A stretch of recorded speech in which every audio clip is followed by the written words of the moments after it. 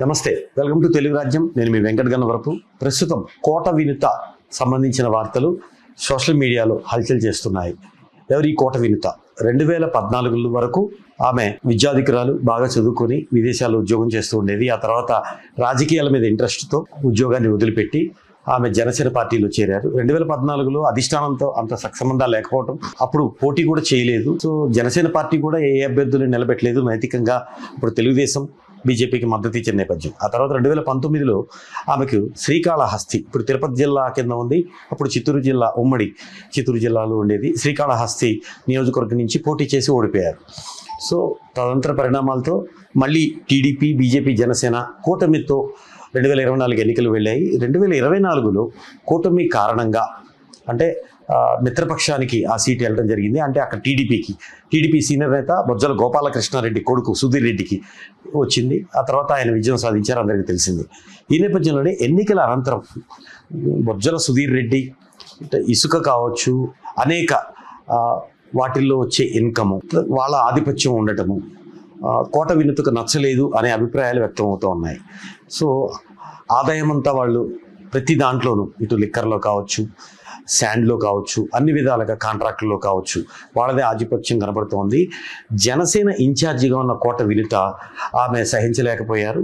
ఈ నేపథ్యంలోనే లోటుపాట్లను social media ద్వారా బొజ్జల సుధీర్ రెడ్డిని ఏకిపారేయటం, అక్కడితో ఆగకుండా టీడీపీ అధిష్టానం నుంచి ఈయనకి చివాట్లు పట్టడం, ఇదంతా గమనించిన సుధీర్ రెడ్డి తనని ఎట్లయినా సాధించాలి అనే నేపథ్యంతోనే తన మీద ట్రాకింగ్ పెట్టడం, ఒక వ్యక్తిని, కోట వినుత డ్రైవర్నే, రాయుడు తన పేరు, తను ఆల్రెడీ చనిపోయాడు. ఆ హత్య ఆరోపణలతోనే ఆమెకు జైలుకి వెళ్ళారు. 19 రోజుల అనంతరం ఆమెకు బెయిల్ వచ్చింది, కండిషన్ బెయిల్.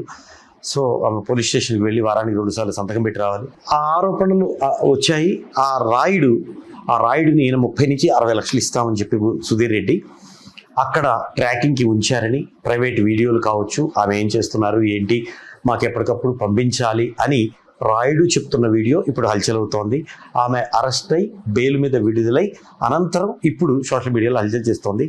ఎప్పుడైతే ఆరోపణలు వచ్చినాయో, హత్య తమిళనాడులో జరిగినట్లు, నది ఒడ్డున ఉన్నట్టు శవం అక్కడ పోలీసులు గుర్తించారు. తదనంతర పరిణామాలతో కోట వినుతను, తన హస్బెండ్ చంద్రబాబు తన పేరు, వాళ్ళిద్దరిని అరెస్ట్ చేశారు. ఇదంతా జరుగుతూ ఉండగా బెయిల్ మీద బయటకు వచ్చిన తర్వాత ఈ వీడియో రిలీజ్ అయింది.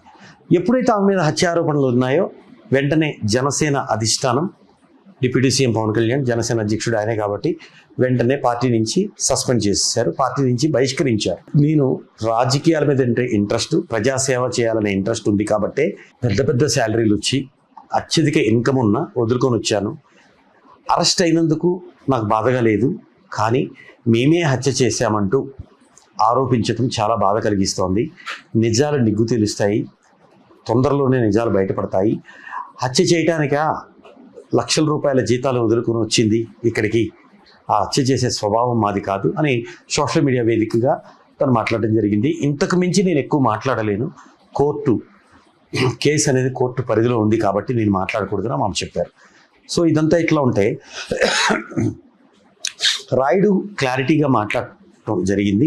రాయుడు మాట్లాడిన వీడియో మొత్తం ఈ కేసుకి టర్న్ ఆఫ్ అని చెప్తున్నారు.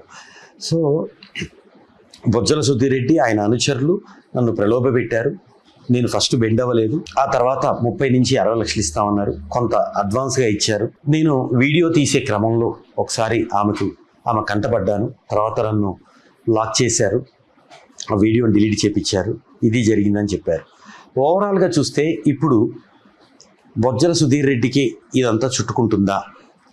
ఈ వీడియోని అతను మరణ వాంగ్మూలంగా చూడకపోయినా, ఇది రాయుడు ఎవరైతే మృతుడు ఉన్నాడో, మృతుడి మరణ వాంగ్మూలంగా చూడకపోయినా ఒక ముఖ్యమైన ఎవిడెన్స్గా కోర్టు తీసుకునే అవకాశం ఉంది అని కొంతమంది అడ్వకేట్లు చెప్తున్న పరిస్థితి.